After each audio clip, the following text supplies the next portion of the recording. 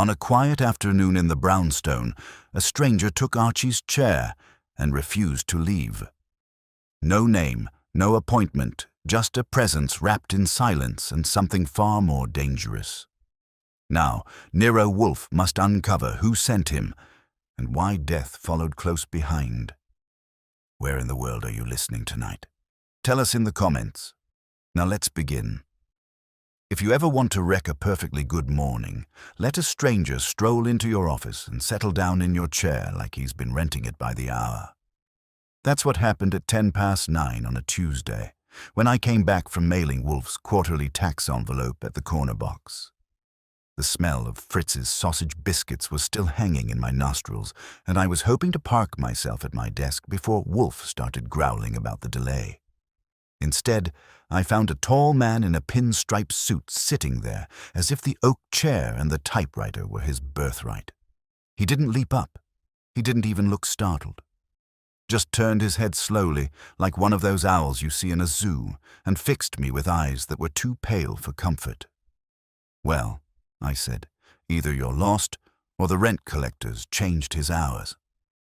"Which is it?" The man didn't smile. He just tapped the edge of a manila folder resting on his knee. "I was told this was the office of Mr. Nero Wolfe. I chose to wait here."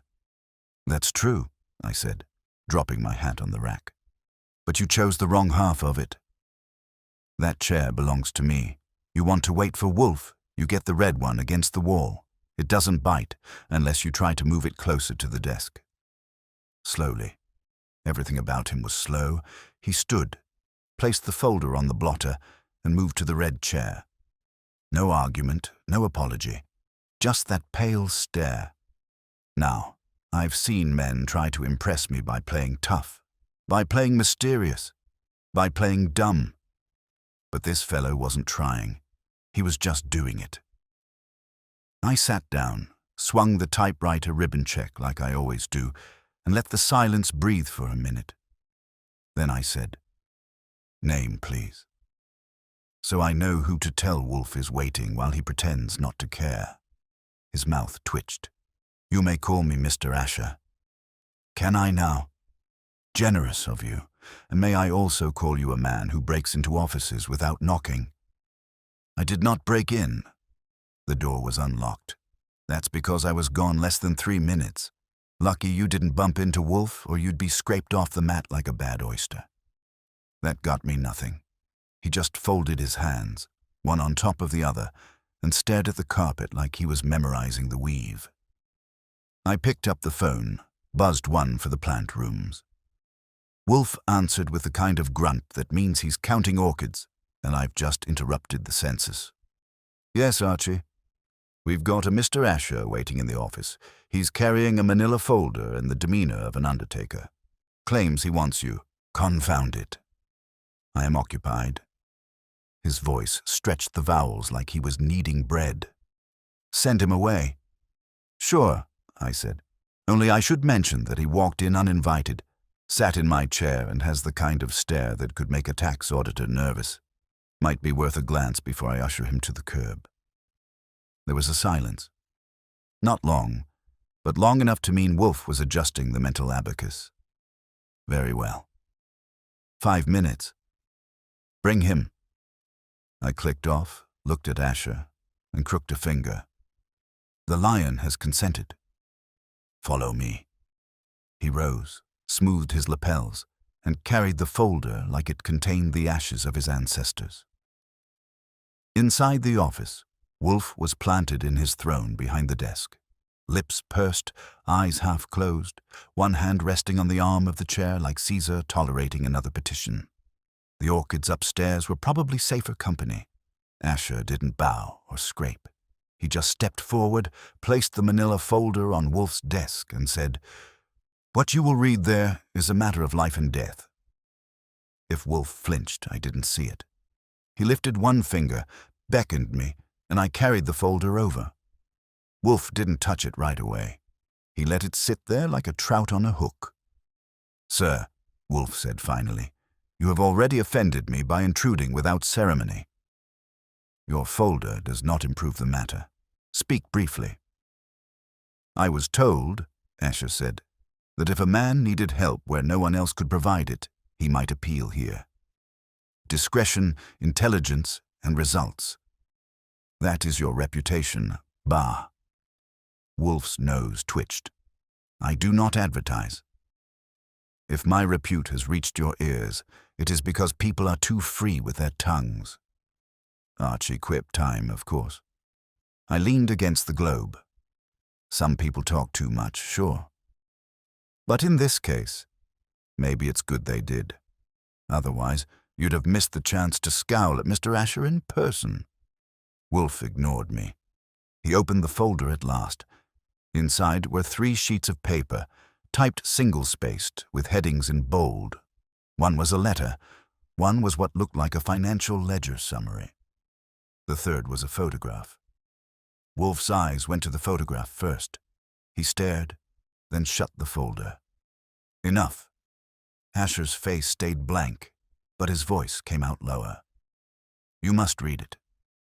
Otherwise, Sir, Wolfe said, you have been allotted 5 minutes. 4 have expired. Either speak plainly or depart. That should have been the cue. But instead of speaking plainly, Asher rose. He leaned slightly forward. Mr. Wolfe, you'll take this case, whether you wish to or not. If you refuse, he stopped. Not because Wolfe had said anything, but because the phone rang. The brownstone line. I scooped it up. Nero Wolfe's residence. The voice on the other end was taut, nervous. Is Mr. Asher there? Please tell me he's there. Don't let him leave. I glanced at Asher. His eyes had gone from pale to glacial. Who's calling? I asked. The line went dead. I lowered the receiver slowly, looked at Asher, and said, Friend of yours? He didn't answer.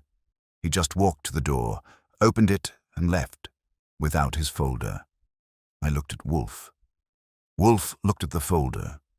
Fritz coughed somewhere in the kitchen, and in that silence, I knew we'd just been shoved onto a merry-go-round we wouldn't be stepping off any time soon.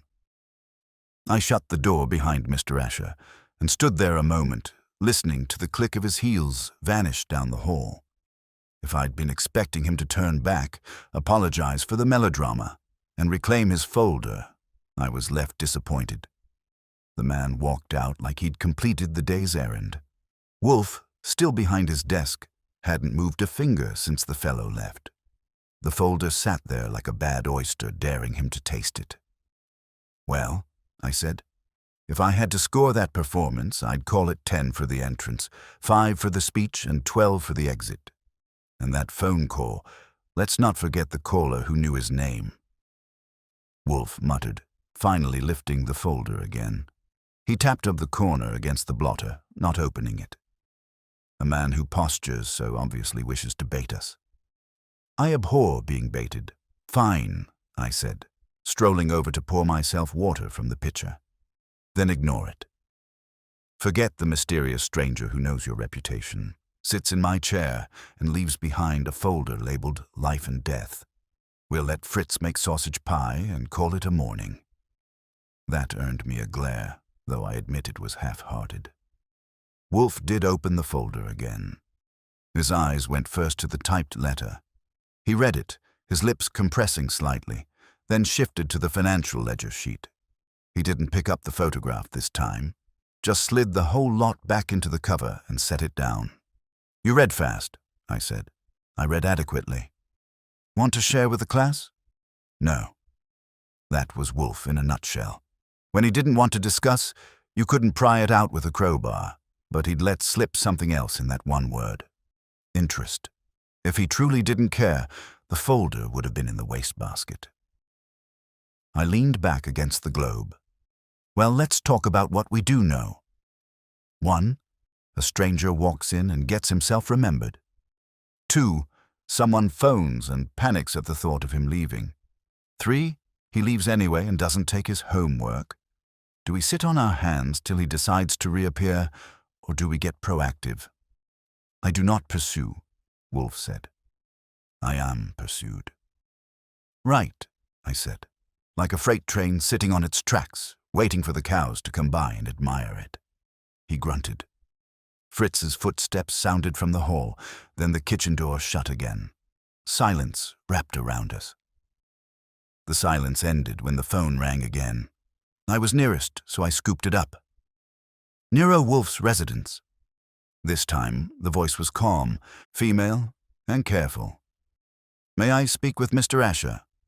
You missed him by 3 minutes, I said. Try the corner drugstore phone booth. A pause, then, did he leave something with you? That set off sparks. Depends on who's asking. Click, the line went dead again. I lowered the receiver and said, 2 calls in 5 minutes. First one begging us to hold him, second one sniffing for what he left. Looks like your reputation is working overtime. Boss. Wolfe's eyes had narrowed. He touched the edge of the folder again, almost with distaste. Archie. Lock it in the safe. Now, when Wolfe tells me to put something in the safe, it isn't because he treasures it like a signed check. It means he thinks it is dangerous enough, or important enough, not to leave lying on the desk. I took it, walked into the little room with the iron box, and spun the combination. When I came back, Wolfe was shifting in his chair, which meant his brain had done a loop and landed on something worth speaking. We will be disturbed again, he said. It is inevitable. This office has been marked disturbed, I said, is a polite way of putting it. How about invaded? The guy barges into my office. Now our phone's acting like a jukebox with only one tune. Who do you figure's next? The postman with a ransom note. His eyelids lowered. I do not figure, I observe. 2 calls, divergent in tone, convergent in urgency. The man Asher is a hinge upon which some matter swings. That he came here was not a coincidence. We will not solicit him, but neither shall we ignore him. That was Wolfe's version of saying the hook was set. He might not thrash, but he'd tug on the line until the fish surfaced. I settled back at my desk, wondering which would come first. The stranger's return or the law at our door. My money was on the law and I didn't have to wait long. It was less than an hour later when the doorbell rang. Fritz, busy with the noon prep, wiped his hands and went to answer.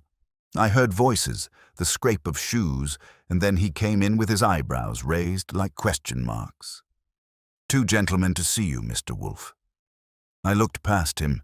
In walked a pair of the city's finest, one stout with a red face, the other lean with eyes like pins. They introduced themselves as Detectives Rowan and Liddell. Goodwin, Rowan said, recognizing me. Still running errands for the boss? Still trying to keep him awake, I said. What's the visit about? Sausage licenses. They didn't smile. Rowan looked at Wolfe. We're looking for a man. Tall pinstripe suit, pale eyes. He was seen entering this house this morning. That would be Mr. Asher, I said. You just missed him. When? An hour ago, give or take. He didn't leave a forwarding address. Liddell's eyes darted around the room, quick as needles. He leaves anything behind?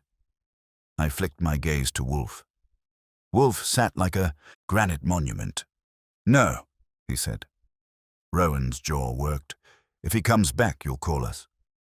That presumes he will come back, Wolfe said. Rowan gave him the kind of look you give a riddle you don't like. Then they left, heavy-footed down the hall, out the front door. I shut it after them and came back. Congratulations, sir.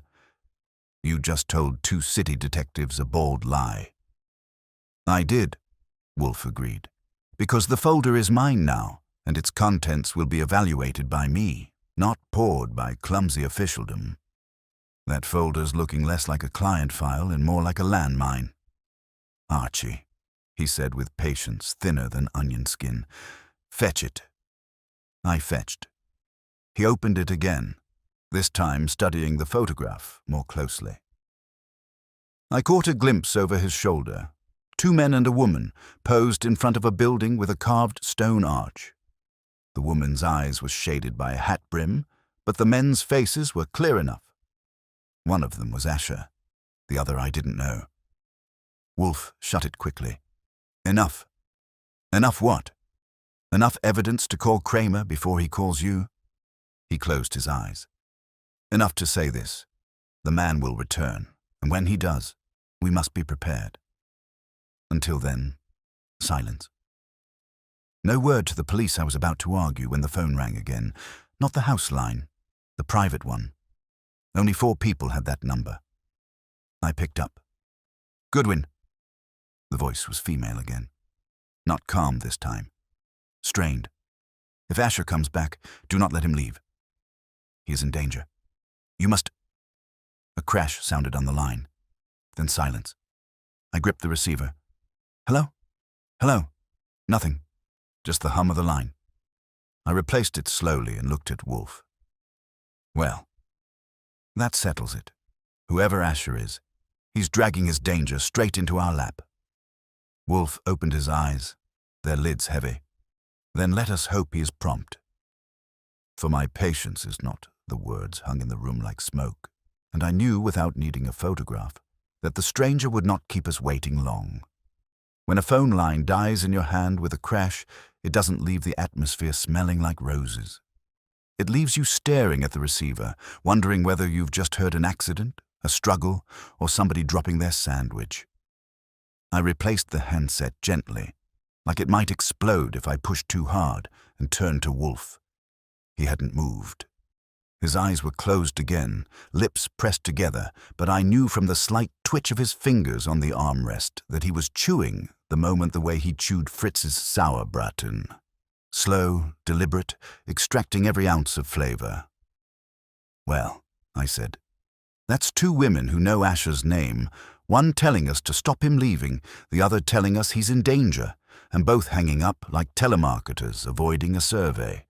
If this keeps up, the phone company's going to file for overtime. Wolfe opened his eyes. Described the voice. Which one?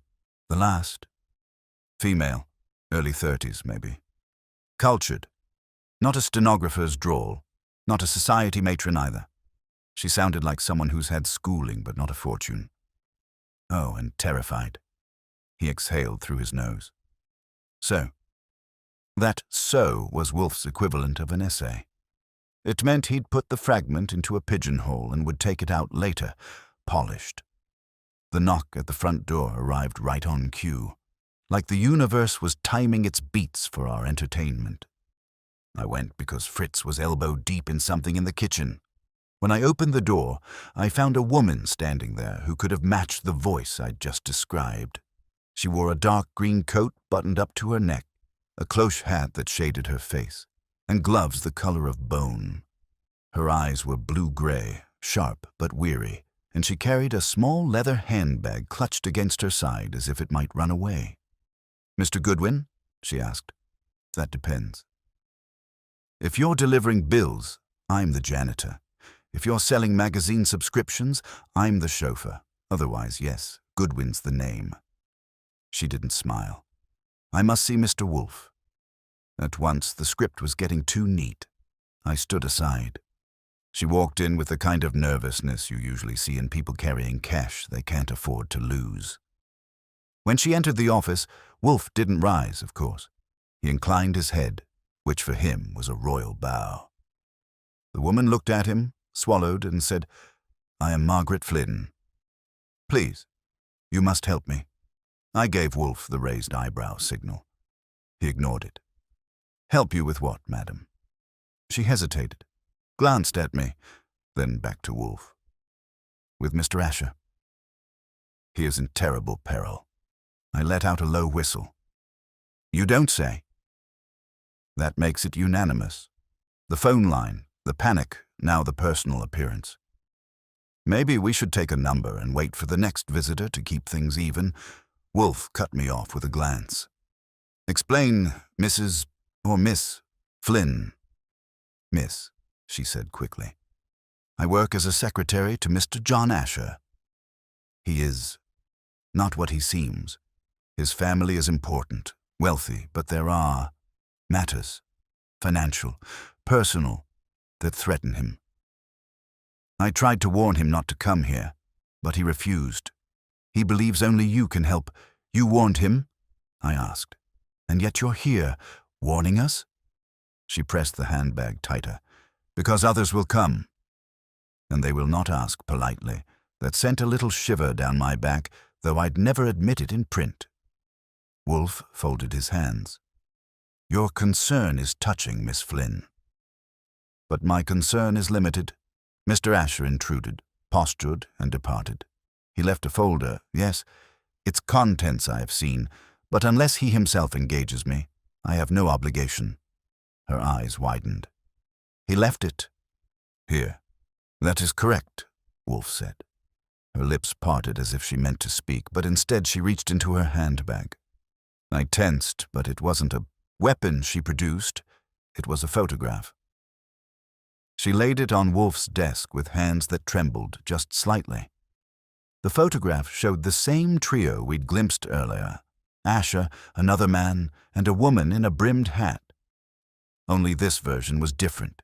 It was cropped to show just Asher and the woman.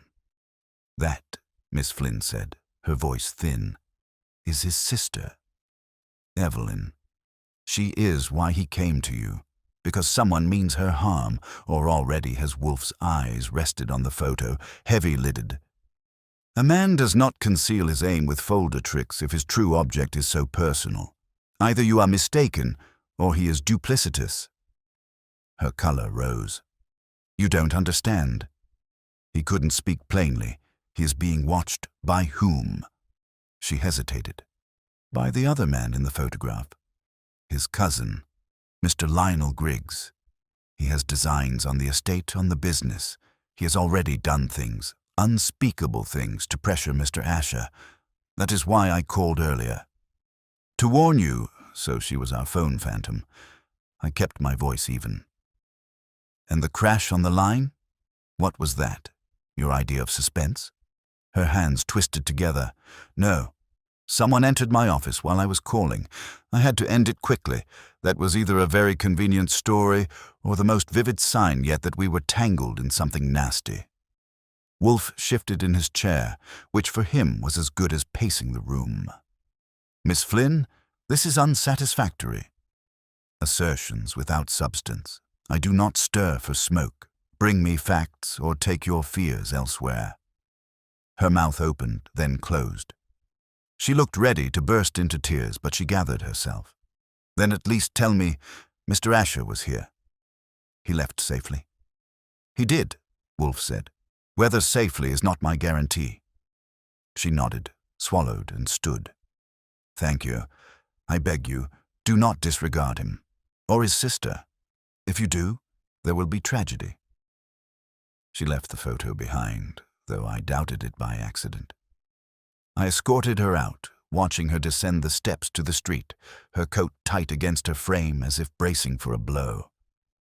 Back in the office, Wolfe had already shut his eyes again. So now we've got names, I said. A secretary who plays guardian angel, a sister in the crosshairs, and a cousin painted as the villain. That's 3 suspects in one photograph.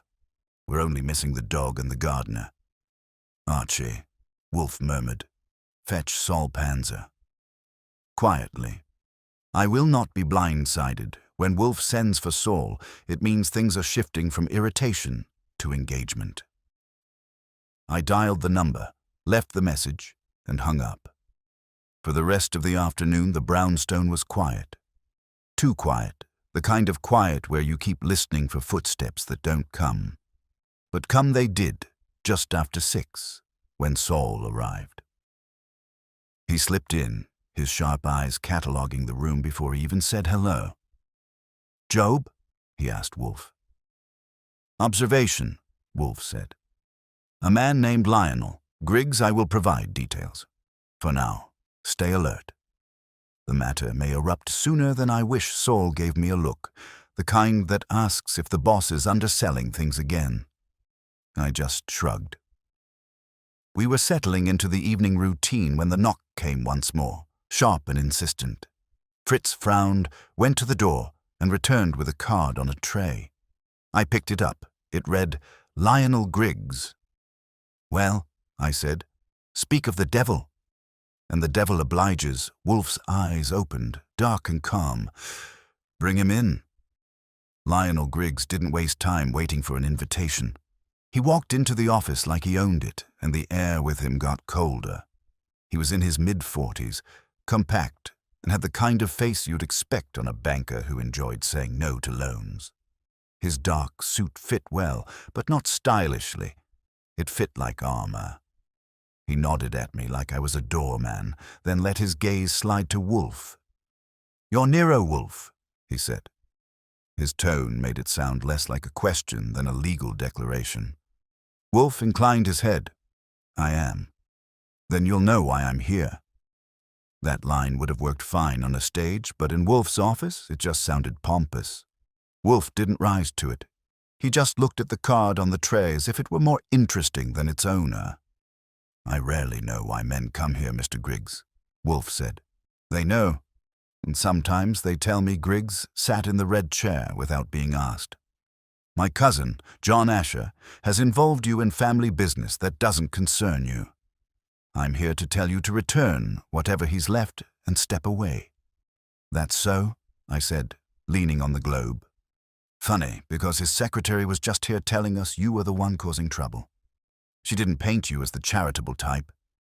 Griggs' eyes flicked to me, cold and flat. Miss Flynn is mistaken. She's loyal to John, blindly so. He's always been weak, and women are taken in by that. That got Wolfe's eyebrows to twitch a fraction, which in Wolfe speak is a standing ovation. Mr. Griggs, Wolfe said, you accuse your cousin of weakness. Yet he demonstrated enough initiative to come here and leave material for my attention. You call it family business. Why should it concern me? Griggs leaned forward, resting his elbows on his knees. Because what he left is worthless without context and dangerous with it. If you meddle, you'll entangle yourself in a lawsuit that will drain you for years. Return it, and you avoid a tangle you'll regret. That speech had the polish of a man who'd practiced it on the way over. I decided to give it a poke. Question, I said. If what Asher left is so worthless, why are you sweating to get it back? I'm not sweating, he said curtly. You are, I told him. Only it's inside where nobody can see it. I've met enough men trying to pry things out of this office to know the signs. The folder's important, and you want it. Bad Wolfe held up a hand, cutting off Griggs' reply. Mr. Griggs, your cousin's conduct was intrusive, your secretary's visit melodramatic, and now you intrude with warnings. You are not persuasive. You may go. Griggs' lips pressed together so tightly they lost their color. He stood, adjusted his cuffs, and said, You think you can sit here and stay untouched. But once this gets out, you'll be pulled in whether you like it or not. Remember, I warned you he left without shaking hands. When the door closed behind him, Wolfe exhaled as if the room had acquired a bad smell. Archie. Details, compact, sharp dresser, control freak, I said. Believes he's the smartest man in the room until someone proves him wrong. Wants the folder bad enough to stomp over here himself. And he hates that Asher went behind his back, Wolfe said. A man who declaims about weakness often dreads his own. He came not to warn, but to measure me. He has measured, and he has failed. I sat at my desk, tapping my pencil. So now the lineup is Cousin Lionel with his warnings, Secretary Margaret with her tears, Sister Evelyn with a shadow hanging over her, and Asher himself wandering New York with those pale eyes. 4 in the circle. Do we keep letting them come to us? Or do I go sniffing? Sniffing, Wolfe said reluctantly. You must verify. Begin with Miss Flynn.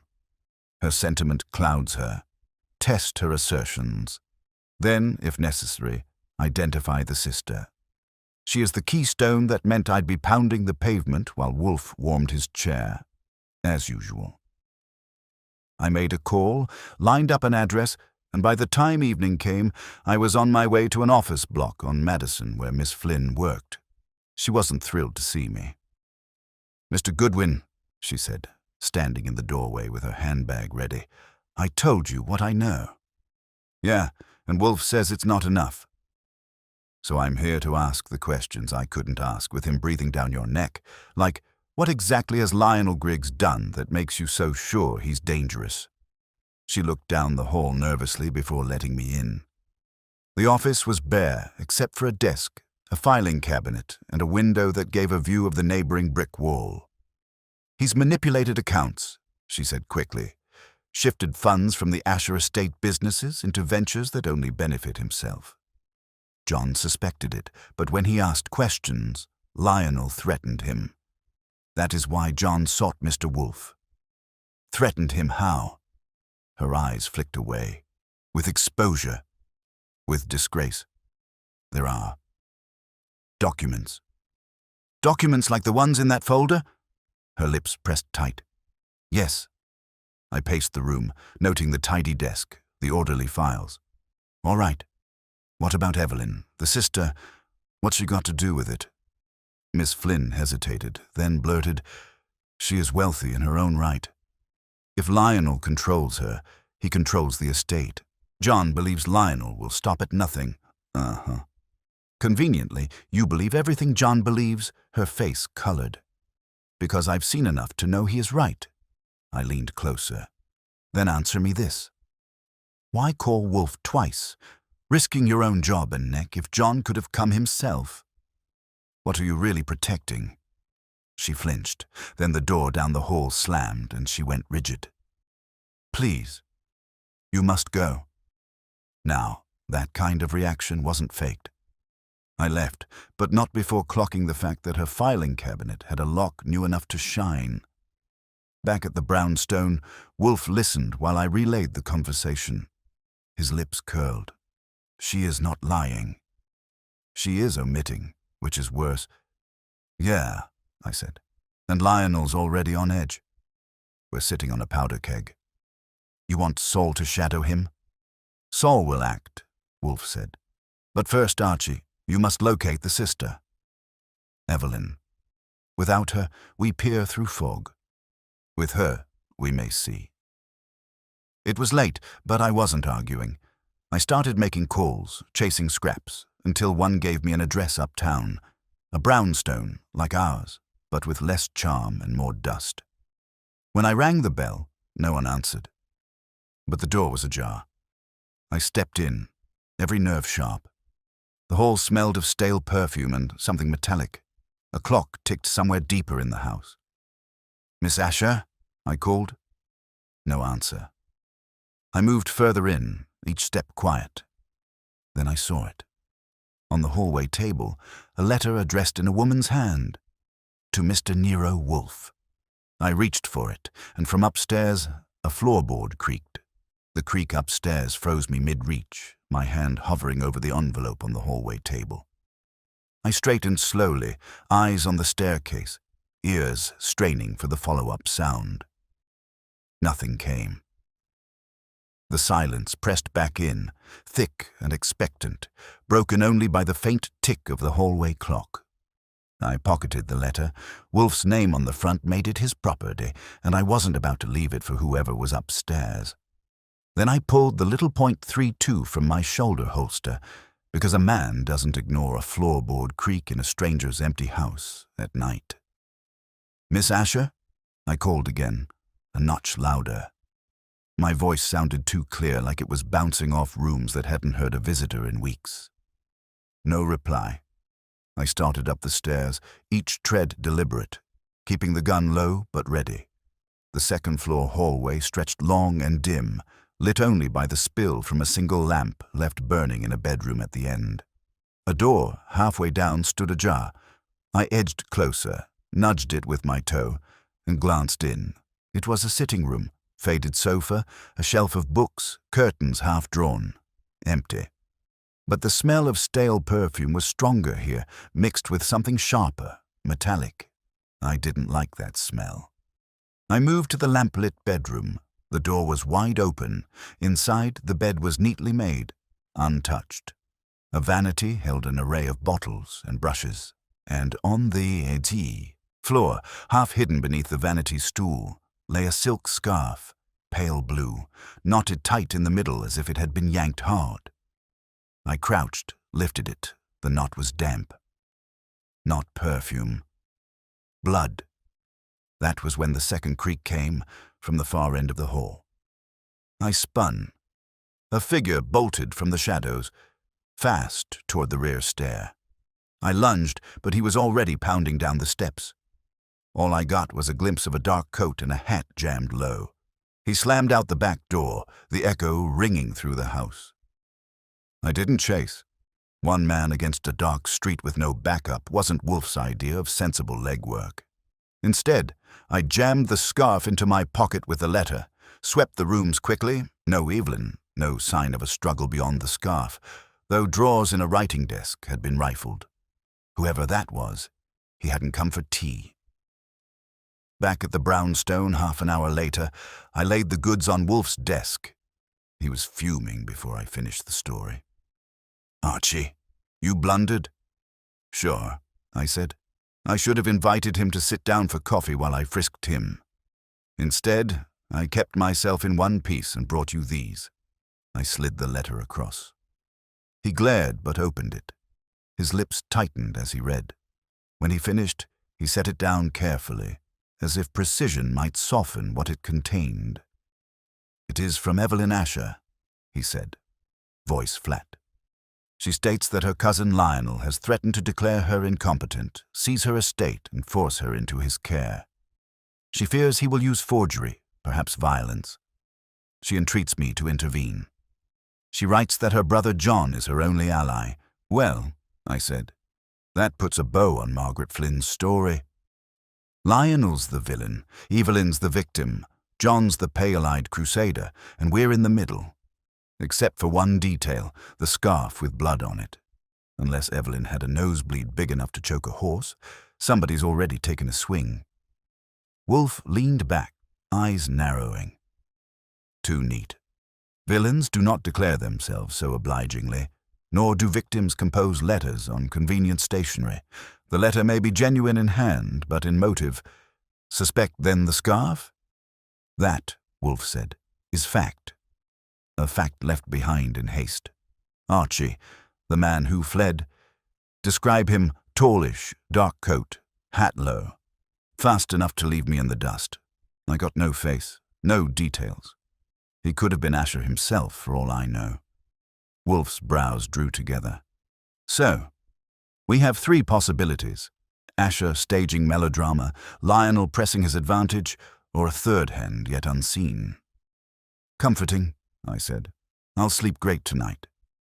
Wolfe ignored me. He pressed the buzzer for beer. When Fritz brought it, Wolfe downed half before speaking again. "Tomorrow," he said, "you will see Inspector Kramer. You will give him only the barest details, that John Asher came here, that his affairs are embroiled, that Lionel Griggs may threaten violence. You will not mention the letter, the scarf, or the flight. I must have room to maneuver. Kramer's going to love that," I said. "Kramer will fume," Wolfe said, "and that is his occupation. Yours is obedience." I left him to his beer and cold soul, setting him on Lionel's trail for the night. Then I tried for sleep myself, but the creak of that floorboard kept replaying in my head. By morning, my prediction proved right. Kramer himself came pounding at the door, red-faced, chewing on a cigar that hadn't been lit in hours. "Goodwin," he barked, "get me Wolfe." Now I ushered him in. Wolfe was already in his chair, arms folded, expression carved from granite. Kramer wasted no time. "Where's John Asher?" Wolfe's brows rose. "I might ask you the same." "We found him," Kramer snapped. "Dead. In a hotel room on West 49th. Strangled." The word hung in the office like smoke. Fritz gasped faintly in the doorway. My gut dropped, remembering the blue scarf in my pocket. Kramer's eyes narrowed. "You were seen with him yesterday morning. He came here. Don't deny it. I do not, Wolfe said evenly. He intruded. He departed. That is all. Not all, Kramer growled. You're holding something back, and I'm going to dig it out, even if I have to pull this place apart brick by brick. I stepped in. Easy, Kramer. If we'd killed him ourselves, would we be sitting here offering you sausage biscuits? He didn't laugh. He jabbed a finger at Wolfe. You stay out of my way, or I'll have you dragged downtown to explain every last detail. When he stormed out, the office shook with the slam of the door. I looked at Wolfe. So much for our pale-eyed client. Now what? Wolfe's eyes were heavy, but behind them was a spark. Now, Archie, the true game begins. A man is dead, and we are inextricably bound. Bring me the scarf. I laid it on the desk. Wolfe touched the blood-dark knot with one finger, then withdrew. This, he said softly, is the key, and it will bring the killer to me. Wolfe sat staring at the scarf on his desk as if it were a cobra coiled to strike. His thick fingers rested on the arm of his chair, immobile, but I could feel the gears grinding inside that skull of his. For Wolfe, silence was never empty. It was like a pressure cooker waiting to hiss. I cleared my throat. So John Asher's dead. The cops think we're hiding something, and we're sitting here with Exhibit A tied in a neat little knot. You planning to keep admiring it until it bursts into song, or do we make a move? Archie. Wolfe's voice was low, controlled. I'm arranging the board. One does not move rashly when every piece is poisoned. Sure, I said, dropping into my chair, but every time Kramer bangs on our door, he's going to rattle the walls harder. He already smelled the lie about the folder that got Wolfe's lips to twitch. Inspector Kramer is a worthy adversary, but he plays a blunt instrument. He pounds until the nail bends. I, Archie, use a finer tool. Before I could reply, the phone rang. I picked up. Goodwin. It's Saul. His voice was crisp, businesslike. You wanted Lionel Griggs trailed. That's right. Spill. He left his office late, around 8, met a man at a club on East 57th. Private table, a heavy conversation. The man was older, white hair, glasses, well-dressed. Didn't catch the name, but he handled himself like a lawyer. Griggs did most of the talking, lots of arm movements. He passed over an envelope. Afterward, the lawyer typed left. Griggs stayed, drank heavily. He looked shaken. Then he went home alone. I covered the mouthpiece. Saul's got Lionel meeting a lawyer, envelope changing hands. Wolfe's eyes narrowed. Continue, he said, though Saul couldn't hear him. Saul went on. That's not all. Half an hour ago, Griggs got a visitor at his apartment. A woman, dark green coat, cloche hat. She stayed 15 minutes, left hurriedly. I followed her. Margaret Flynn. I whistled low.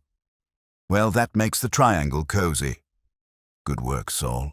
Keep your eyes sharp, always. He hung up. I relayed the full report. Wolfe leaned back, steepling his fingers. So, Lionel transfers something to a lawyer. He is shaken. Then he seeks comfort or collusion from Miss Flynn. Curious, more than curious, I said. It means she's playing both sides. She tells us Lionel's the villain, then goes running to him. Either she's hedging her bets, or she's in deeper than she admits. Precisely, Wolfe murmured. And meanwhile, Evelyn remains unseen. Too unseen, I rubbed my jaw. About that.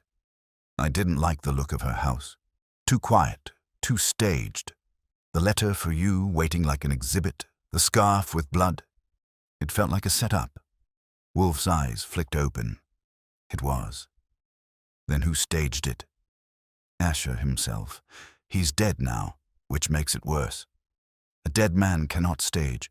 Someone else arranged the tableau for you to ensure you found what you did. And now Kramer will think we conceal the truth. That wasn't a pleasant thought. The phone rang again. Sharp. I grabbed it. Goodwin, I said.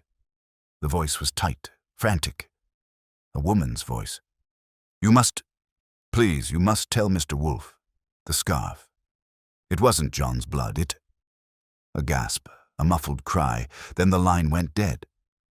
I slammed the phone down. That's the third time one of our mystery women has pulled the disappearing act. This time she gave us a tidbit. The scarf's blood isn't Asher's. Wolfe's brow furrowed, which suggests Evelyn.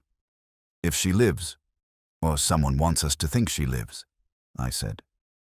The silence thickened. Then Wolfe straightened in his chair. Archie. Summon Mr. Griggs. We will confront him here, and Miss Flynn as well. Saul will ensure she attends. This game of shadows must end, I arched a brow. And if they don't want to come, then, Wolfe said, we give them no choice. Tell Griggs the police suspect him of John Asher's murder, and Wolfe may intercede. His arrogance will bring him running. As for Miss Flynn, Saul will compel her with subtlety. I made the calls. Griggs's voice over the line was icy, but he agreed to appear the next afternoon. Saul reported back an hour later. Flynn had reluctantly accepted the summons. That left us a night of waiting, and it wasn't comfortable. Wolfe sat brooding in his chair, reading and rereading Evelyn's letter, the scarf resting on his desk like a snake. I paced, polished my shoes twice, and tried not to imagine what Kramer would say if he barged in again. By morning, Fritz was subdued, serving us eggs and bacon with the air of a man preparing a last meal. Wolfe barely touched his plate, which told me he was more unsettled than he'd admit. At precisely 2 p.m, Lionel Griggs arrived. He looked worse than before. Sallow, bags under his eyes, the stiffness of a man wound tight. He carried himself like he expected applause just for showing up. Minutes later, Margaret Flynn came. She looked paler too, eyes darting, lips pressed thin. She refused to look at Lionel. Wolfe regarded them both like specimens on a slide. You are prompt. Good. Sit. They obeyed, each in their separate chairs, the air between them sharp enough to cut. Wolfe gestured. Mr. Griggs, you have threatened your cousin, perhaps endangered his sister, and involved this house in your quarrel. Explain yourself. Griggs's jaw tightened. I owe you no explanation. Wolfe's eyes gleamed. No, yet you came. He shifted, glanced at Margaret, then back. I came because you lured me with the mention of the police. If Kramer suspects me, I will answer through counsel. Not to you, Margaret burst out, voice breaking. You must tell him, Lionel. You must, before it destroys everything. His head snapped toward her. Be silent. That one command revealed more than all his bluster. I saw Wolfe's nostrils flare. Enough, Wolfe said. You are both dissembling. The truth is tangled between you, and I will not have it. Tomorrow evening you will both return with Evelyn Asher. Alive or dead, I will see her. Do not fail me. Griggs surged to his feet. You have no authority. I have more than you think, Wolfe thundered, rare heat in his voice. If you do not bring her, I will deliver the evidence I possess, the letter, the scarf, to Inspector Kramer, and I assure you he will not treat you gently. Do I make myself clear? The room crackled with the weight of it. Griggs's face flushed red, Margaret's eyes filled with tears. Neither spoke. Good, Wolfe said, sinking back into calm. Archie, see them out. I did. Griggs stalked off like a storm cloud, Margaret clutching her bag as if it were her only lifeline. When I returned, Wolfe's eyes were shut, his lips curved faintly. They will come. They must. And when they do, Archie, we shall have our proof. I frowned. What proof? Wolfe opened his eyes, heavy-lidded. The scarf, Archie. It will tell us everything. Wolfe's pronouncement about the scarf hung in the air like cigar smoke. I'd seen him place bets on a single clue before, but usually he didn't advertise it until the moment came to spring the trap. This time, he was calling his shot in advance, and I didn't know whether to be reassured or worried. "You're telling me a piece of silk with a bloodstain is going to give you everything?" I asked. "If so, I'm overdue for a raise." "I've been handling scarves wrong my whole life, Archie." Wolfe's eyes closed. "A scarf is a garment. It absorbs not merely blood, but circumstance. That knot, it was made by human intention. The hand that tied it tells me more than the words of a dozen dissemblers."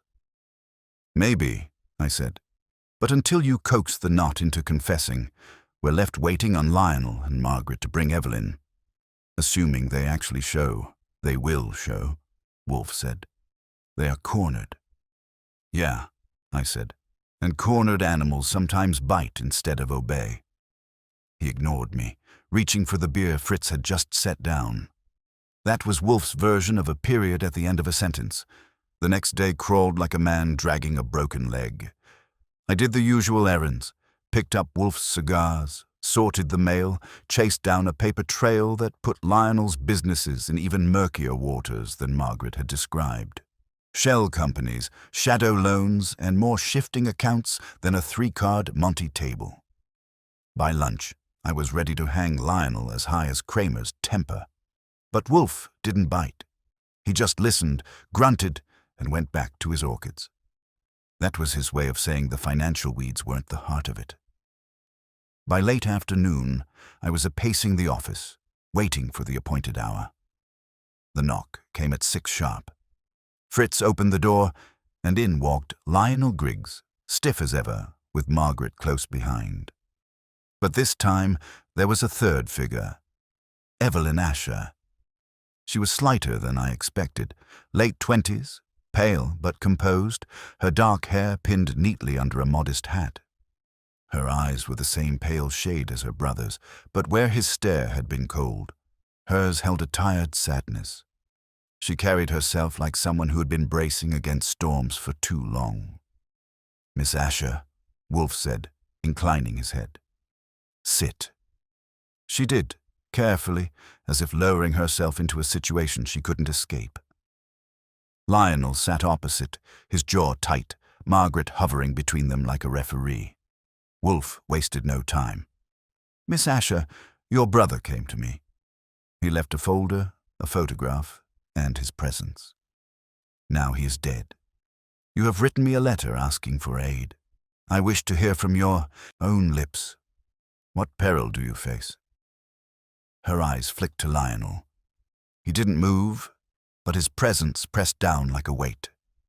Finally, she said softly, "My cousin seeks control. He has told me plainly he doubts my capacity. He intends to prove me unfit to manage the estate. I have resisted. John stood with me. Now John is gone." Her voice trembled only slightly, but the effect was more powerful than tears. Lionel barked a short laugh. "Nonsense. You've always been fragile, Evelyn. Everyone knows it. John only inflamed your fantasies with his paranoia," Wolfe said sharply, making Lionel jolt.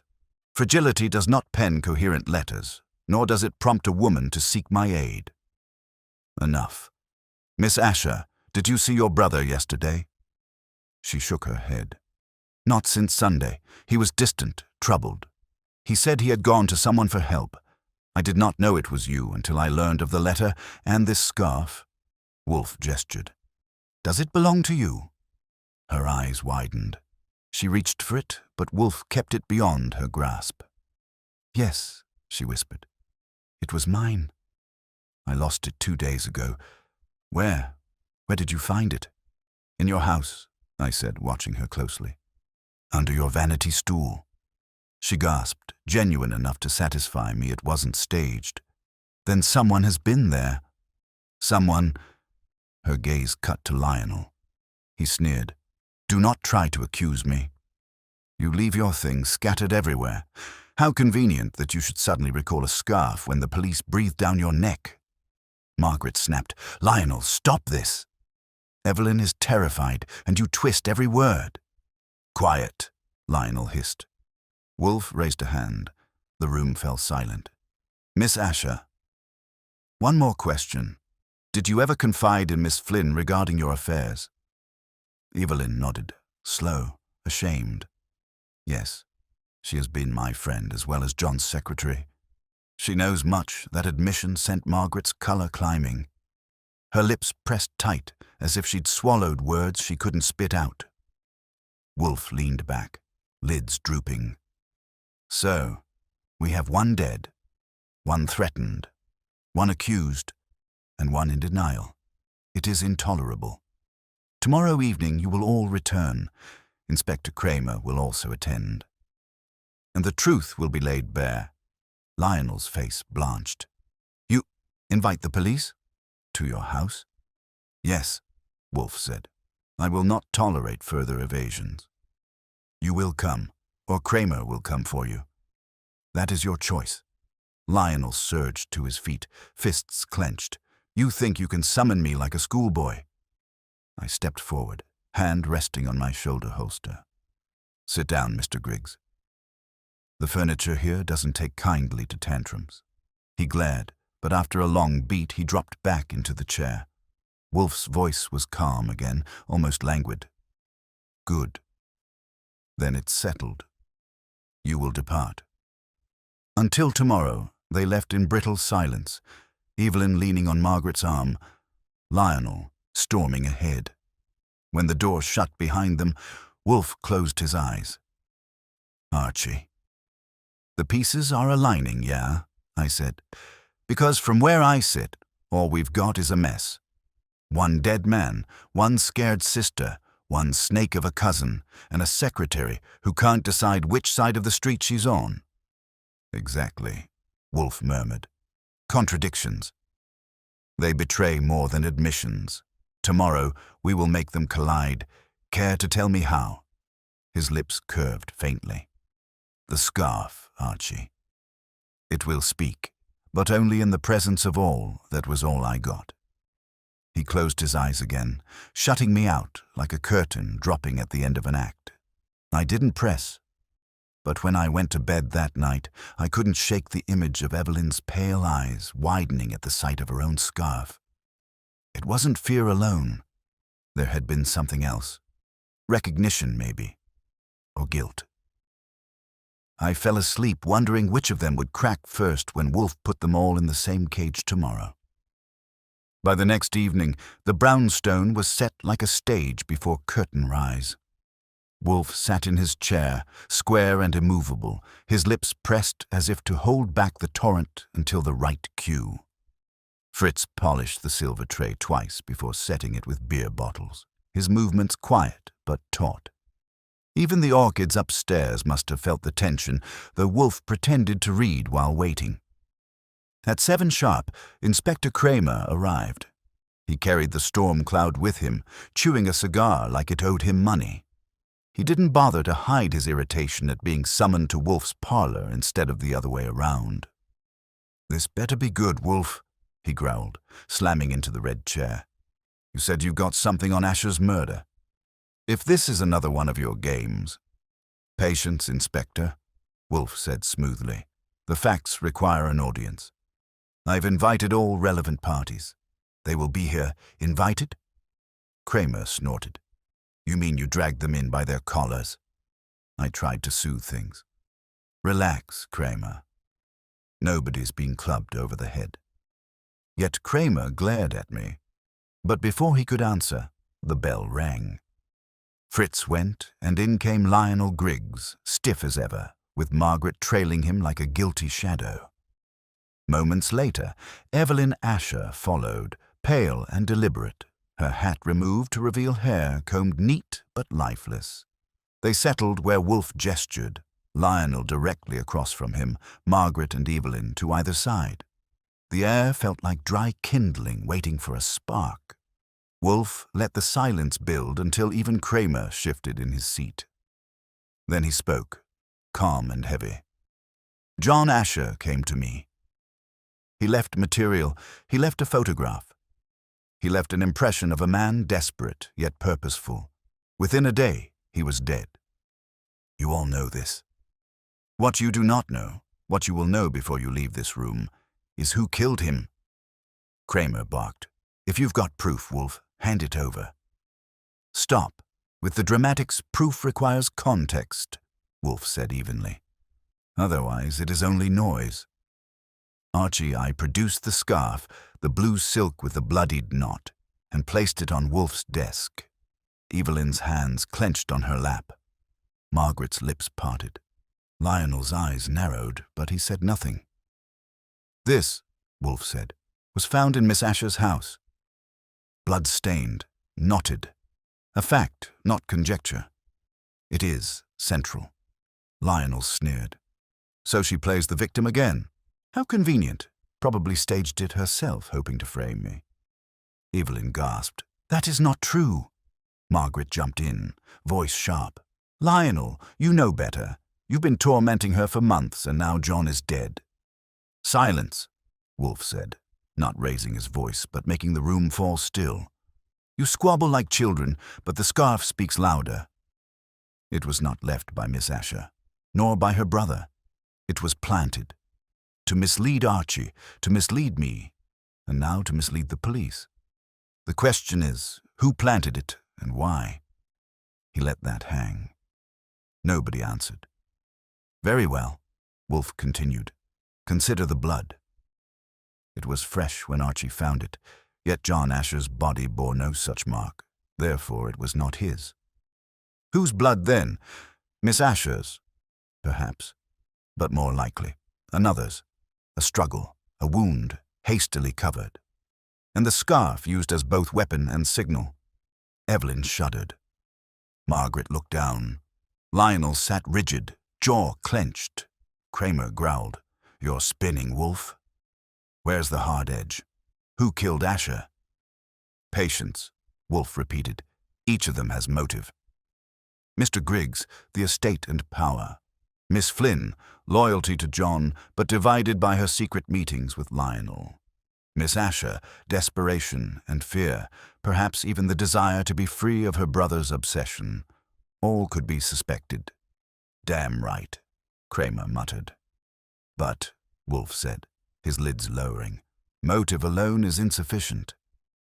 The truth lies in contradiction. Archie, remind them, I cleared my throat. Sure, Margaret Flynn told me Lionel threatened John with disgrace. Then she ran to Lionel's apartment that same night. That's a contradiction. Evelyn says she hasn't seen her brother since Sunday, but the scarf, her scarf, turns up with fresh blood in her house. Contradiction.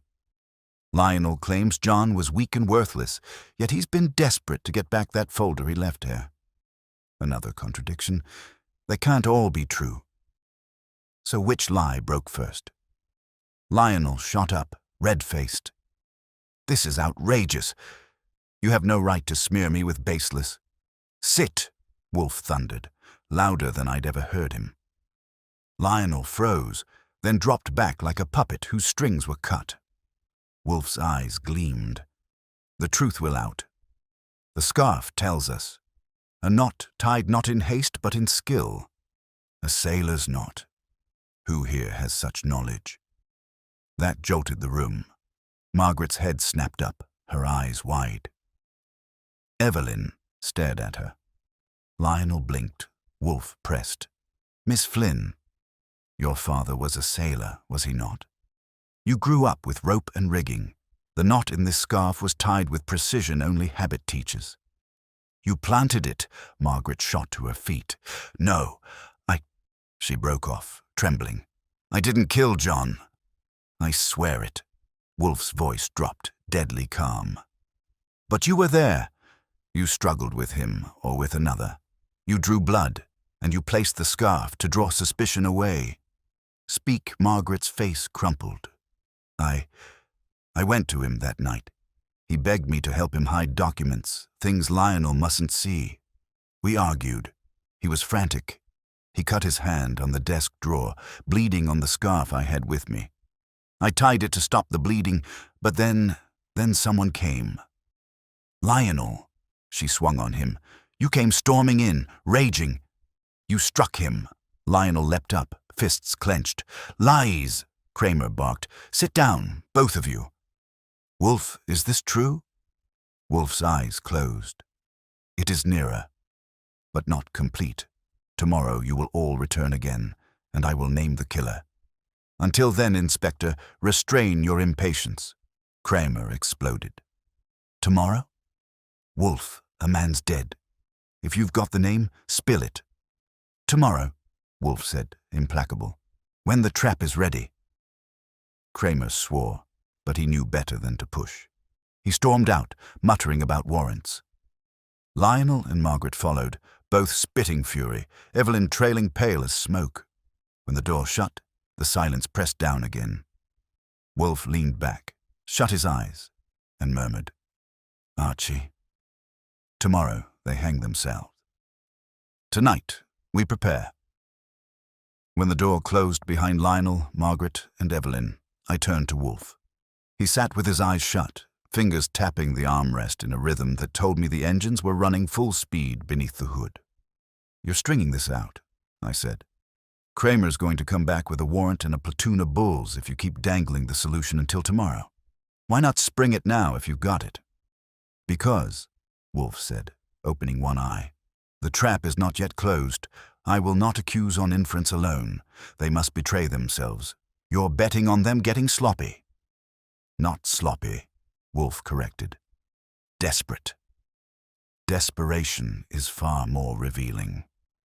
That was Wolfe all over, patient as a spider, waiting for the fly to wiggle into the web.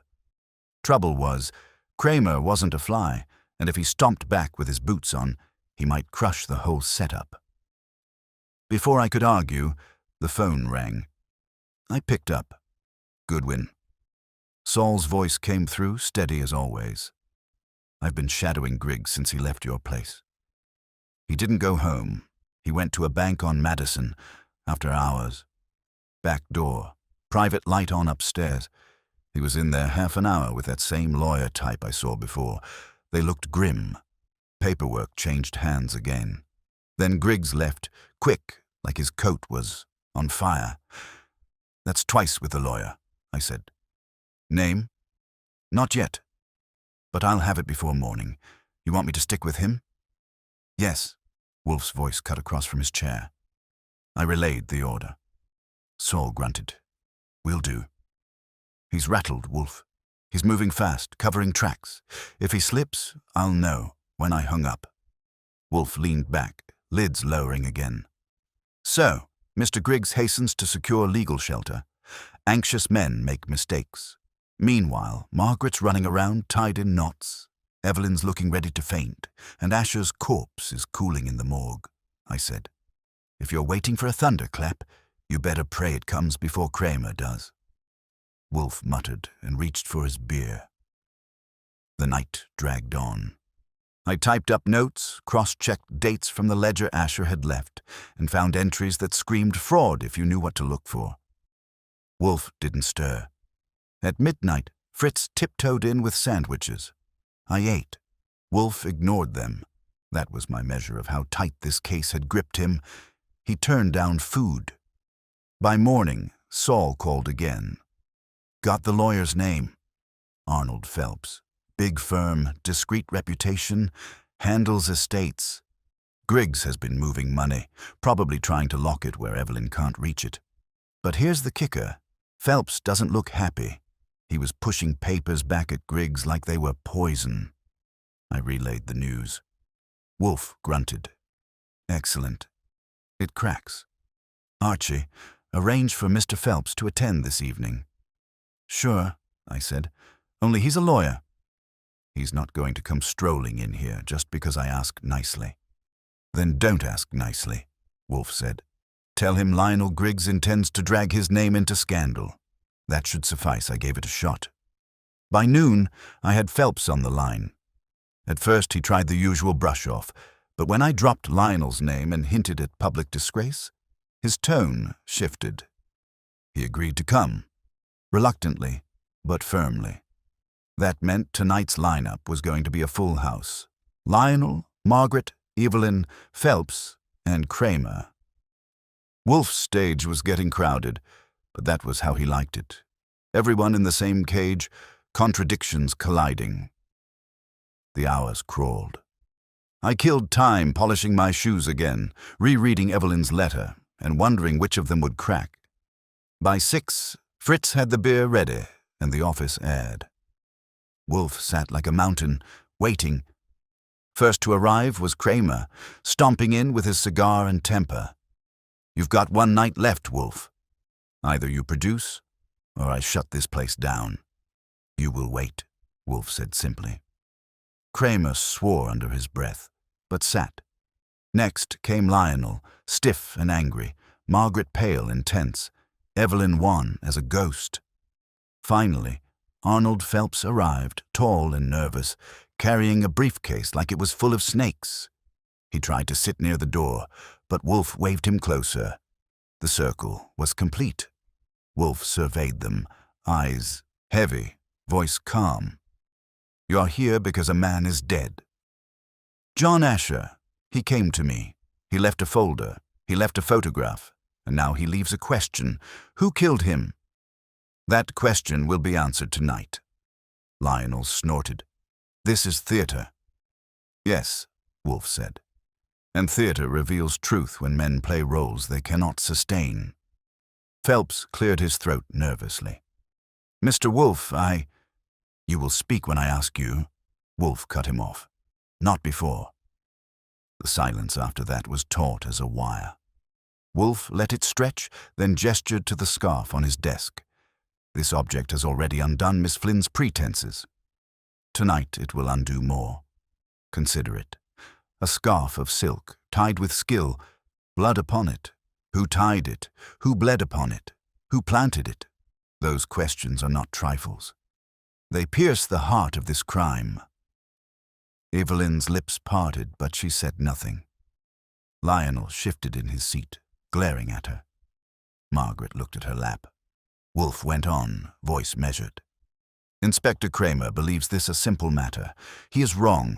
It is complex. Motives overlap, loyalties twist, but contradictions do not lie.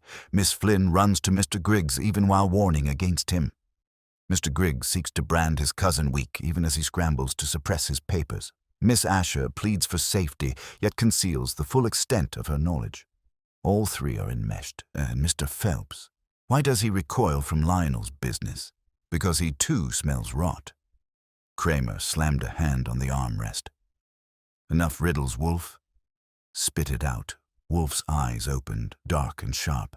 "Tomorrow, Inspector." "I said tomorrow. Tonight I tighten the net." "Archie." That was my cue. I stood.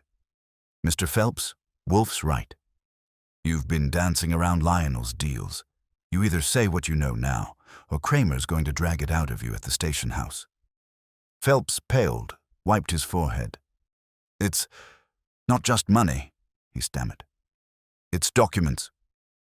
Lionel asked me to prepare papers, commitment papers, to declare Evelyn unfit. He wanted it fast, quiet. I refused. It was unconscionable. He threatened to find another. Evelyn gasped. Margaret covered her mouth. Lionel shot to his feet. "Lies!" Wolfe thundered. "Sit!" Lionel froze, fists clenched. His face was purple with rage. Evelyn's eyes brimmed with tears. Wolfe let the silence settle, then spoke softly, almost with finality. "Tomorrow evening, gentlemen and ladies, we conclude. I will name the killer of John Asher, and I will prove it. After Phelps' confession about the commitment papers, the room had gone so still you could have heard Fritz polishing silver in the kitchen. Evelyn sat frozen, her hands clenched white on her lap, while Lionel glared at the lawyer like he'd just bitten his best cigar in half. Margaret looked on the verge of fainting, her lips moving without sound. Wolfe didn't move. He didn't have to. The silence was his, stage direction. He let it build until Lionel cracked first. "This is outrageous," Lionel shouted. "Phelps twists my words." "I merely sought advice. Any prudent man would." Advice? Evelyn's voice was quiet but sharp. You wanted to sign me away. My own cousin locked me up so you could take everything. Lionel swung toward her, his eyes blazing. For your own good, Evelyn. You're fragile. Everyone knows it. John indulged your fantasies, but I... Wolfe interrupted, heavy as a gavel. Enough of that refrain. If Miss Asher were fragile, she would not sit here lucid, composed, answering coherently. It is you who flail. Mr. Griggs Kramer jabbed his cigar at Wolfe. If you've got the killer's name, spill it now. Don't wait until tomorrow. Don't string me along. Tomorrow, Wolfe said firmly. Kramer swore under his breath. You're gambling, Wolfe. If you're wrong, I am not wrong. Wolfe's lids lowered. But timing matters. Tonight I permit them their last liberties. Tomorrow they will have none. It sounded final enough to freeze even Kramer's bluster. After everyone cleared out, the suspect stiff with tension, Phelps dabbing sweat from his forehead, Kramer growling like a thunderstorm, I shut the door and turned back to Wolfe. You're making a habit of this, I said. Promising tomorrow like a doomsday preacher. You sure you're not just dragging things out to torment Kramer? Archie. Wolfe's tone was crisp. A confession gained in haste is fragile. Contradictions, given time, swell. Tonight they will attempt to shore their lies. Tomorrow I will tear them down. And if Lionel skips town in the meantime, Saul will prevent it.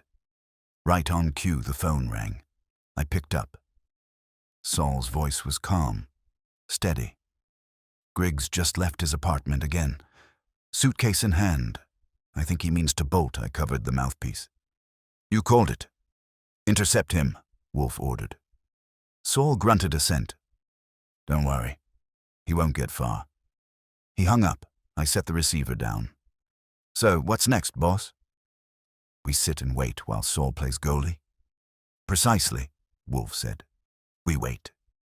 And we prepare. The waiting stretched long, filled with Wolfe's silence and my fidgeting. Around 10, Saul rang again.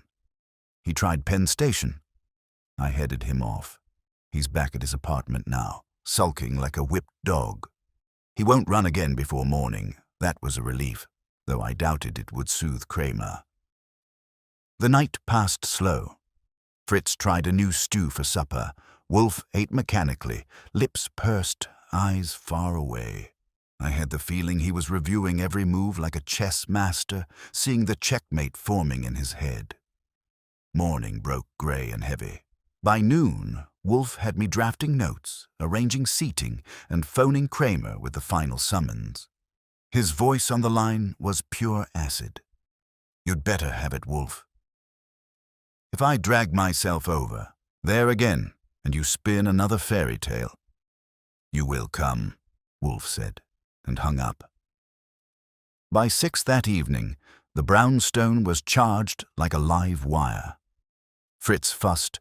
Saul arrived to stand by in case anyone tried another disappearing act, and Wolfe sat monumental behind his desk, waiting. The first knock was Lionel, grim and bitter, eyes bloodshot like he hadn't slept. Margaret trailed him, tense and pale, her hands clutching her bag so tightly I thought the strap might snap. Evelyn came after, wan and trembling but with a glimmer of steel in her gaze.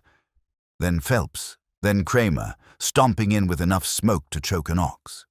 They all took their places. Wolfe surveyed them like a general about to issue orders. Tonight, he said, the matter concludes. John Asher's murderer will be named, and the contradictions you each spin will strangle the guilty. Lionel sneered. More theatrics. Wolfe ignored him. Inspector, you will have your answer before you leave. Kramer leaned forward, scowling. You'd better deliver. Wolfe gestured. Archie. The scarf, I set it on the desk.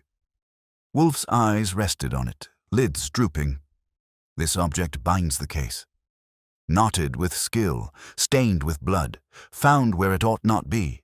It is not mere fabric, it is testimony. And tomorrow, tonight, Kramer snapped. Tonight, Wolfe amended with a sigh. It will yield its full weight. The room went still, the suspects frozen, waiting. Then Wolfe's gaze swept the circle. Each of you has lied. Each of you has concealed. But only one of you killed John Asher, and tonight I will prove it. The silence cracked like ice. Margaret's breath caught. Evelyn's hands trembled. Lionel's jaw clenched. Phelps dabbed at his brow. I felt it too. That moment before the curtain rises, before Wolfe unleashes the coup de grace. But he wasn't ready to drop it yet.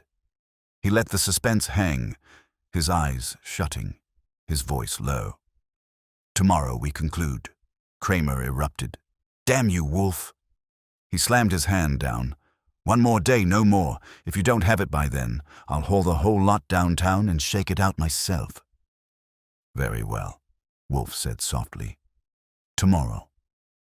The suspects left brittle and shaken, each throwing daggers with their eyes at the others. Phelps stumbled out. Lionel stalked. Evelyn clutched Margaret's arm. Kramer stomped like a storm on legs. When the door closed, I turned to Wolfe. You've stretched this as tight as it can go. Tomorrow it snaps. You'd better have the goods. Wolfe opened his eyes, gleam sharp in their depths. I do, Archie. And tomorrow the guilty will hang themselves with their own contradictions. I need only give them the rope. Morning broke with the kind of leaden sky that makes the city feel like it's holding its breath. Wolfe didn't leave his chair for the orchids. That alone told me how far we'd gone into uncharted waters. He just sat there, head sunk in thought, a hand resting on the arm of the chair like a man controlling the throttle of a machine only he could see. I kept my mouth shut most of the morning. When Wolfe was in that mode, trying to chatter at him was like yelling jokes into a stone quarry. You only heard yourself echo back. Fritz moved around quieter than usual, setting out rolls and coffee. The only sound was the hum of traffic outside and Wolfe's slow exhale. By afternoon, Saul came in. He had the look of a man who'd been pacing sidewalks and shadows all night. He dropped into the chair by the window. Griggs hasn't bolted again, Saul reported. He's rattled, pacing like a tiger, but he's staying put. Flynn visited him this morning. Short visit. Looked heated. She left in tears. Good, Wolfe murmured. Pressure ferments. Tears are wine. Tonight the vintage will be poured. I poured myself coffee. Let's just hope it's not poison. You realize if you stretch this one more day, Kramer's liable to have an aneurysm in your office. Wolfe's mouth twitched. I would regret staining the rug. At 6:30, the suspects began to arrive, as if drawn by some invisible tether. Evelyn first, pale and trembling, but with that same streak of steel in her eyes. Margaret came next, her face set with a mixture of shame and defiance. Lionel arrived last, tight-jawed, looking like he'd spent the day strangling furniture for practice. Phelps trailed in, reluctant, with his briefcase clutched like a lifebuoy, and inevitably, Kramer stormed through the door, cigar already chewed halfway to bits. All right, Wolfe, he barked. This is it. No more of your tomorrow games. If you don't nail it tonight, I swear I'll drag every one of them downtown and toss you in for good measure. Sit, Inspector, Wolfe said calmly. You will have your answer. Tonight, the room went still, the circle complete. Wolfe rested his eyes on each of them in turn. We are here because John Asher is dead. He came to me for aid. He left behind scraps that seemed trivial, but were not. A folder, a photograph, a letter, a scarf. Each spoke. Each contradicted. Tonight they will be heard in chorus. Lionel sneered. You're wasting our time. On the contrary, Wolfe said, your time wastes itself with your bluster. Miss Flynn, you lied about your allegiance. You warned us of Lionel, yet you ran to him. Contradiction. Miss Asher, you claimed fragility, yet your letter and your words show clarity. Contradiction. Mr. Griggs, you insisted your cousin was weak, Yet you scurry to silence him through lawyers and deceit. Contradiction. Each of you wove lies, but only one of you knotted them into murder. Evelyn's lips parted. Margaret's eyes darted to Lionel. Lionel glared at Wolfe, but his color betrayed him. Wolfe lifted the scarf. This knot is precise, deliberate. Not panic, not accident. Miss Flynn admitted she tied it to staunch blood. She told part of the truth, but she did not place it where Archie found it. That was done later, to mislead. Who then moved it? Who carried it from the scene of struggle to Evelyn's house, planting suspicion? The silence was heavy. Evelyn's breath hitched. Margaret looked down. Lionel sat stiff, but his hand twitched on the armrest. "Mr. Griggs," Wolfe said softly, "you are no sailor. You cannot tie such knots, yet you were present when Miss Flynn bound the scarf. You seized it, you carried it, and later, when your cousin lay dead, you planted it in his sister's house. A cruel deceit meant to brand her unstable." Lionel shot to his feet. "Lies. All lies." "Sit," Wolfe thundered.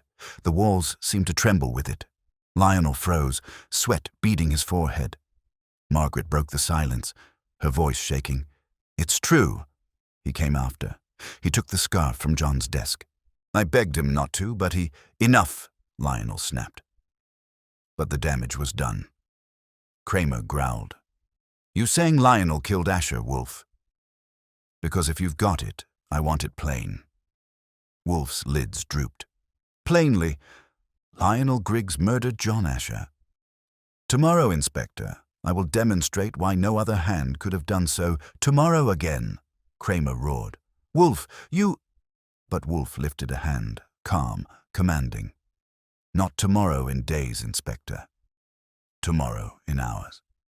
Before you leave this house tonight, you will have the proof. But first, the noose must tighten further. Tonight, the guilty will speak with their own contradictions." The suspects shifted, uneasy. Margaret looked ready to collapse. Evelyn trembled but raised her chin. Lionel's jaw clenched, his eyes darting like a cornered animal. The trap was ready. Wolfe had only to spring it. The air in the office felt thick enough to slice with a knife. Lionel stood rigid, face flushed, Margaret trembling beside him, Evelyn pale but steady. Kramer leaned forward in his chair, cigar stub clenched like a weapon. Wolfe sat calm as stone, the blue scarf resting on his desk like a crown jewel of guilt. "Inspector," Wolfe began, his voice low but resonant, "you demand clarity. You shall have it. The contradictions have ripened. The fruit is ready to fall." He lifted the scarf, holding it delicately between thumb and forefinger. This knot, tied with skill. Miss Flynn tied it, yes, but in innocence, staunching a wound her employer received in haste. A draw, a slip, a cut. She lied about nothing except her own presence. But after, this scarf vanished. Who took it? Who planted it? Only the murderer, Lionel barked a laugh, brittle. "You think fabric proves murder?" Wolfe snapped. "Not fabric. Circumstance. You demanded your cousin's papers, you threatened him, you feared exposure. When he resisted, you struck him. He fought, blood spilled. Margaret tied the scarf, but you seized it, and when John was dead, you carried it away. Why? Because you needed Evelyn painted mad. A scarf found in her house, bloodied, suggested she had harmed her own brother in some delirium. A cruel stroke. But you erred. Kramer leaned forward. "And the error?" Wolfe's lids lowered. "You planted the scarf with blood already dry, yet when Archie found it, it was still damp, which means it had been there less than an hour. Impossible for Evelyn to have placed it since she was not in her house then. Someone else had entered, hurried, desperate. Lionel Griggs." Lionel's face drained. He opened his mouth, but no sound came. Wolfe pressed on. "Further, your meeting with Mr. Phelps. Twice you pushed papers. First financial transfers, then commitment papers to brand Evelyn unfit. When Phelps refused, you grew frantic. You sought to cover both your fraud and your violence. That is why you attempted to flee last night, but Saul Panzer thwarted you. Kramer turned, eyes sharp. So you're saying Griggs killed Asher, then tried to smear Evelyn as unstable with his scarf stunt? Precisely, Wolfe said. Miss Flynn's contradictions masked her loyalty. She concealed her presence, but not murder. Evelyn concealed her fear, but not madness. Only Lionel's words collapse. He claimed John was weak, yet feared him enough to kill. He claimed Evelyn fragile, yet tried to have her legally silenced. Contradictions, Inspector. They betray the liar. And the liar is the killer. Lionel's composure cracked. He lurched forward, pointing at Margaret. She was there. She tied the scarf. Margaret cried out. Yes, I tied it, but you struck him, Lionel. You choked him while I begged you to stop. Her words tumbled out, ragged. I ran. I was terrified, but you stayed. You stayed with the body. The room exploded with sound. Kramer barking orders, Evelyn sobbing, Lionel raging. Saul moved in, calm as a blade, standing by in case Lionel tried more than shouting. Wolfe raised his hand. Silence fell. Inspector, he said, voice final. You have your murderer. Arrest him. Kramer stood, eyes blazing, and snapped to Saul. Take him. Lionel lunged once, wild-eyed. But Saul was quicker. He and I pinned him, wrestled his arms, and Kramer slapped the cuffs on with relish. Lionel spat curses, but they fell flat in the weight of the room. As they hauled him out, Evelyn sagged in her chair, tears streaming silently. Margaret sat frozen, staring at her hands. Phelps wiped his brow with a trembling handkerchief. Kramer lingered, glaring at Wolfe. You dragged me through 3 nights of this circus, Wolfe. But damn it, you delivered. I'll give you that. He stomped out after Lionel, muttering under his breath. The door shut. The brownstone was quiet again, too quiet. Fritz's footsteps padded faintly in the hall. Evelyn rose slowly, eyes red. Mr. Wolfe, she whispered, you saved me. Wolfe inclined his head. Madam, your salvation was your own. Clarity, you are no invalid. Live, so Margaret's lips trembled. They should have spoken sooner. You concealed out of fear, Wolfe said. That is human. But fear does not absolve. You must reconcile with your conscience. She nodded faintly, clutching her bag as if it contained absolution. They left together, silent, shadows slipping into the night. The office felt cavernous after. Wolfe leaned back, closed his eyes, and exhaled. The scarf lay still on his desk, inert now, no longer the snake it had seemed. I poured myself a drink, sank into the chair, and said, well, that's that. Another night, another corpse, another cousin trying to strangle his way to fortune. You'd think people would learn. Wolfe's eyes opened, heavy-lidded. They do not learn. They repeat.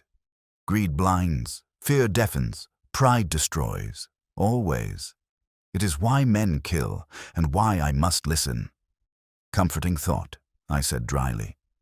He reached for his beer, sipped, and added, John Asher was weak, yes, but not in will. He sought aid. That is strength. His cousin mistook cruelty for power. That is failure. Justice, Archie, is not perfection. It is balance. Tonight, balance is restored.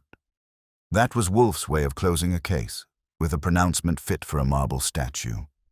I raised my glass. Balance restored. And now, if Fritz has anything edible left, maybe we restore my stomach too. Because murder may be messy, but hunger's worse. Wolfe grunted, closed his eyes again, and the case was over.